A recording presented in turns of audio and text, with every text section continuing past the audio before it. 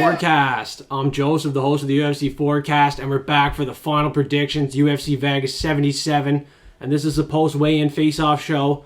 This is the final look at these fighters on a pretty chalky card, so we got to be very careful betting this card. Lo's not here with me to go over these fights, so check out the early prediction show if you want his picks, and join Patreon for only $5 a month, exclusive and early access to all of our bets. We have platinum picks and a forecast forensic as well, which is making our Patreon members some money. And for absolutely free, join that Discord.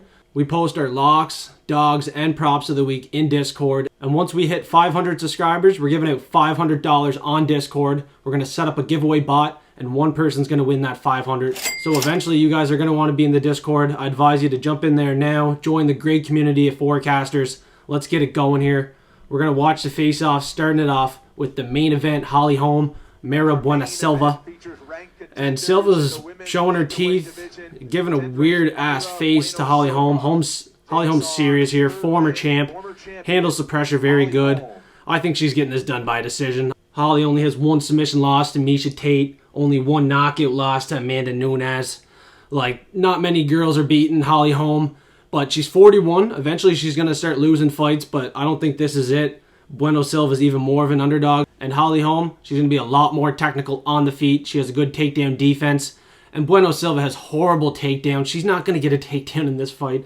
I just expect her to get pieced on the feet against a high-level striker in Holm.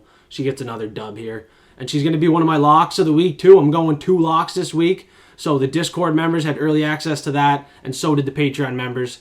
And next fight, we got Della, Maddalena against short notice opponent Bassil, Hafez.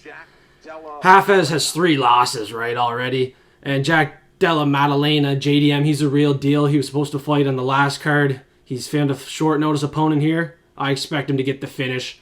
It could be by submission. Like, he submitted Randy Brown. You never know. You don't want to load up on that KO. Just play it safe. Play it by finish. It's JDM all day. And we're going to do a lot of quick predictions here. It's Friday night. And very chalky card.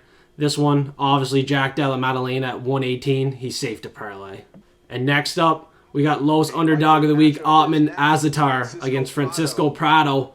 I see some people taking Prado, but the lines are moving towards Ottman Azaitar. I thought he was going to be a favorite here at closing. He might even be if more money comes his way. And I think he's getting it done in the first round by KO. This guy has 10 knockouts, and he has a 7-3 striking differential. And this is Ottman's 4th fight in the UFC. He has 100% takedown defense. So if Prado tries to take this to the ground, he's going to be unsuccessful. He's probably going to get knocked out in this one. And at 21 years old, he's still pretty green in his career. I think this is a huge step up. Ottman Azaitar hits super hard. I think one good crack on the chin, and it's lights out for the newcomer Francisco Prado, who his last 2 wins were over 2 Argentinians. I don't think he was fighting high enough level competition to come in here and get a big dub over Ottman Azaitar. And I was super surprised when I seen him as the favorite in this matchup here. And up next, we got Junhyun Park, Albert Duraev. Me and Loaf disagreed on this, but the odds are starting to move towards Junhyun Park. He's more of a favorite now than the early prediction show. I see him getting this one done by a strangle submission. I know Duraev was never submitted, but Junhyun Park's last 2 wins were by submission. I think he's putting it together here, and Duraev's only averaging 2 takedowns at 30%, and his takedown defense is only 50%. I think Junhyun Park's going to take him down here, find that submission, and I'm probably going to sprinkle a little something on it, you know what I'm saying? And next up, we got my second lock of the week, Norma Dumont against Chelsea Chandler. And this is an intense face-off. Chelsea Chandler staring her down, fist right in her face. Fist still up after the face-off. And I seen these 2 girls go at it backstage too, giving each other the middle finger. So it's going to be a pretty intense fight. Chelsea Chandler's last win was against a 10-7 opponent. I think this is a huge step up against Norma Dumont. I think Norma Dumont has the clear advantages on the ground here. She's going to get the takedowns and control time. And with the experience factor alone, you got to go with Norma Dumont and Holm. Double locks, let's get it. And next up, we got my underdog of the week. Still 220. The line has not moved at all on this one. Terrance McKinney against Nazim Sadykhov. Both these guys are going to be ready to scrap, but Nazim Sadykhov, looking at his last couple wins, man, they're 6-8, 0-3, 2-1. I know he's training with Sterling and Rob, like I mentioned before, but, you know, he just snuck out his last win against Elvin Elder, found the 3rd round doctor stoppage. Luckily, the doctor came in because he probably would have lost that fight. He got taken down, and don't forget, Terrance McKinney is a collegiate wrestler, man. He's pretty high level. I expect him to get the takedowns, find the submission. His last 2 wins were by submission. And at plus 120, he's my most confident underdog of the week. I think Terrance McKinney is getting it done. And play it by finish, man. He has a 100% finish rate, 5 knockouts, 8 submissions, 12 out of 13 of those in the first round. Terrance fights like a mad dog getting out of his kennel, but I expect him to calm things down a little bit, be a little bit more technical, and get back in the win column here. And next up, we got Tucker Lutz versus Melsik Baghdasaryan. And lowest lock of the week, Melsik Baghdasaryan, whose only 2 losses are by submission, 1 in his second pro fight, and 1 in his last fight. So he's looking to get back in the win column here. Tucker Lutz is also coming off a submission loss. But Melsik's game plan, probably going to be striking. He has 5 knockouts, 4 of those in the first round. Very dangerous, as we've seen with his vicious head kick knockout. And Pineda dropped Tucker Lutz's last fight. So I could honestly see Melsik dropping Tucker in this one again. I'm not sure if I'm going to load up on the knockout prop. But stay tuned for the props at the end of the video because Loaf has 3 different props of the week, his lock, value, and underdog prop. Melsik has a 61% strike accuracy, and Tucker Lutz has a 45% striking defense. I really agree with Loaf. I think Melsik's going to slaughter him in this fight, but at the face-offs, he's a little bit cocky, chewing his gum a little bit too much. Hopefully he's not too cocky in this fight and drops the bag, but Loaf's locks are hitting at 70% right now. Very successful. You got to think Melsik Baghdasaryan is going to get this one done. And next up, we got another women's fight. And this is the first one I'm probably going to switch my pick on. Viktorilla Dudakova versus Istela Nunes. Like I mentioned, Istela Nunes is a very good striker. She has a little bit of power. She dropped Yasmin Juergi. But Yasmin just got dropped against Denise Gomes and knocked out in the first round on the last card there. It looks like Istela Nunes has dropped as an underdog. Some people are putting some money on her. And I don't blame them. She was a pretty wide underdog. I was actually going to pick her as my underdog of the week because my last 2 underdogs were 2 Brazilians, right? And this is a Brazilian girl that hits hard, can probably find that knockout. Dudakova hasn't been active, and she's still pretty green on the feet. She's going to be looking for the takedowns and control time in this fight, but if she can't get it, and if she can't get it to the ground, I think Istela Nunes might be the much better striker and just pick her apart and maybe find the KO. So I'm going to switch my pick on this one. Might bite me in the ass. It's a women's fight. You never know what can happen. So keep your money away from it unless you're betting on the underdog. And next up, we got a scrap between Austin Lingo and Melquizael Costa. And like I said, we're going through these pretty quick Friday night here. And not much really changing from the early prediction show. This is another spot where you need to be careful. It's a fucking sketchy-ass fight. The odds are wide. And that's why I wanted to go with Austin Lingo originally. But after diving deeper into this fight, Austin Lingo, his last knockout win was over a 10-7 opponent and a 4-5 opponent. I don't think he's going to get the knockout against Costa here. I think Costa's going to be more alive for the finish than Lingo. And Lingo's last fight, it was a loss to Nate Landwehr. He didn't look too great. He got finished in that one by submission. And Costa could be looking for that rear naked choke. He's more experienced in this fight. And his last 3 wins were by finish. Last 2 were by knockout. So maybe it won't be the sub. Just play it by finish. I think Costa definitely has a more finishing ability in this fight. It's a pretty sketchy fight still. And I'm not looking to bet it. And next up, we got Genaro Valdez versus Evan Elder. Elder's last fight against Nazim Sadykhov, doctor had to come in there, stop that. He had a lot of bleeding. And I think he could possibly get cut up in this fight against Valdez. 100% finish rate, 7 knockouts, 3 submissions, 6 of those in the very first round. And I'll be looking to play it by finish, even more value there. I think Valdez is going to sneak this one out. And I don't believe Valdez is going to get knocked out in this fight. He was dropped 4 times against Matt Frivola before that fight was stopped. And Elder has 4 knockouts, 1 submission, 2 decision wins.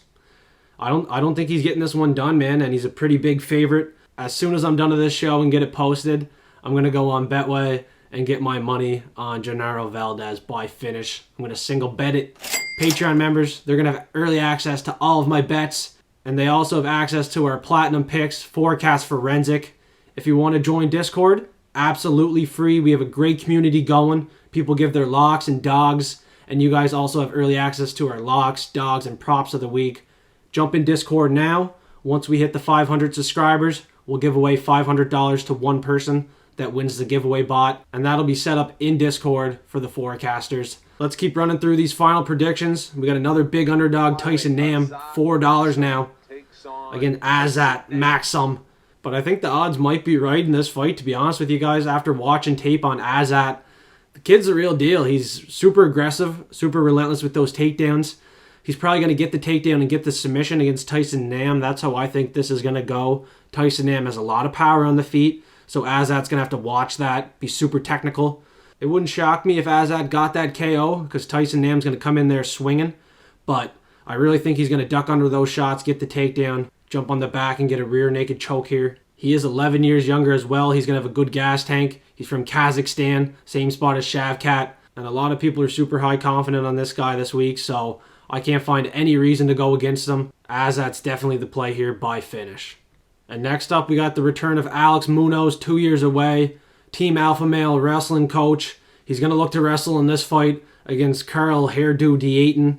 That's some fucking haircut, man. Business in the front, party in the back. He has the glasses on. He's ready to go. He's talking to Munoz here at the face-off. And I still think he's going to get this one done. I'm going to play it money line probably. He's 262. Same price as Pantoja last week, so you know those 262s are hitting. And I don't know how in the hell people see Alex Munoz as a 3-1 favorite. I guarantee you during the fight he's not going to look like a 3-1 favorite. And next up we got the first fight of the night. Another woman's fight. Ashley Evans-Smith, Aline Perez.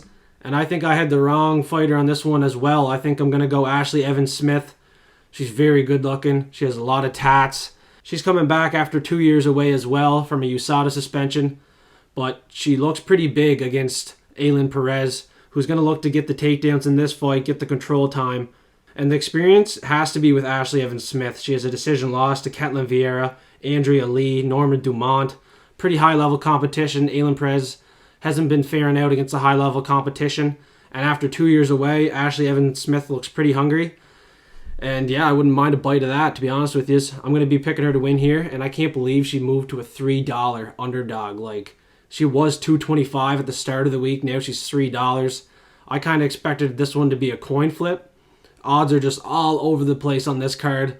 This is one where I'm going to switch to the underdog women's fighter because you guys know the value's in the women's underdogs. They've been cashing in, and I'm going to take another shot at this dog. And now it's time for the locks and dogs of the week.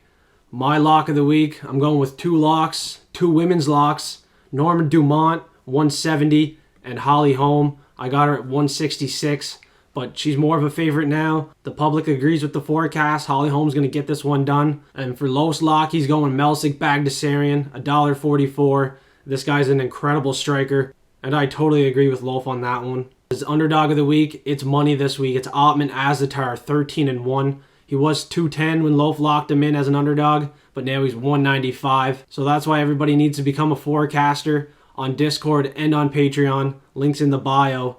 But for my underdog, I'm going Terrance T-Rex McKinney. I know Loaf disagrees with it, but he's still 220. Same price all week. 100% finish rate. And I think he's going to find the finish against Nazim Sadykhov. And now it's time for the props of the week. First up, I'm going to give you my props. I'm locking in Holly Holm by decision, plus 125. And I'm tagging on Norma Dumont decision, plus 115. And both these women are going to be much more experienced than their opponent to get the job done through the course of 15 minutes. My value prop this week, I'm going Jun Park by submission. Like I said, Albert Duraev never submitted, but I'm going to snipe that long shot. It's plus 450. And I might even put a little single bet on that. I think he's going to strangle him. His last 2 wins were by strangle. Jun Park, the Iron Turtle.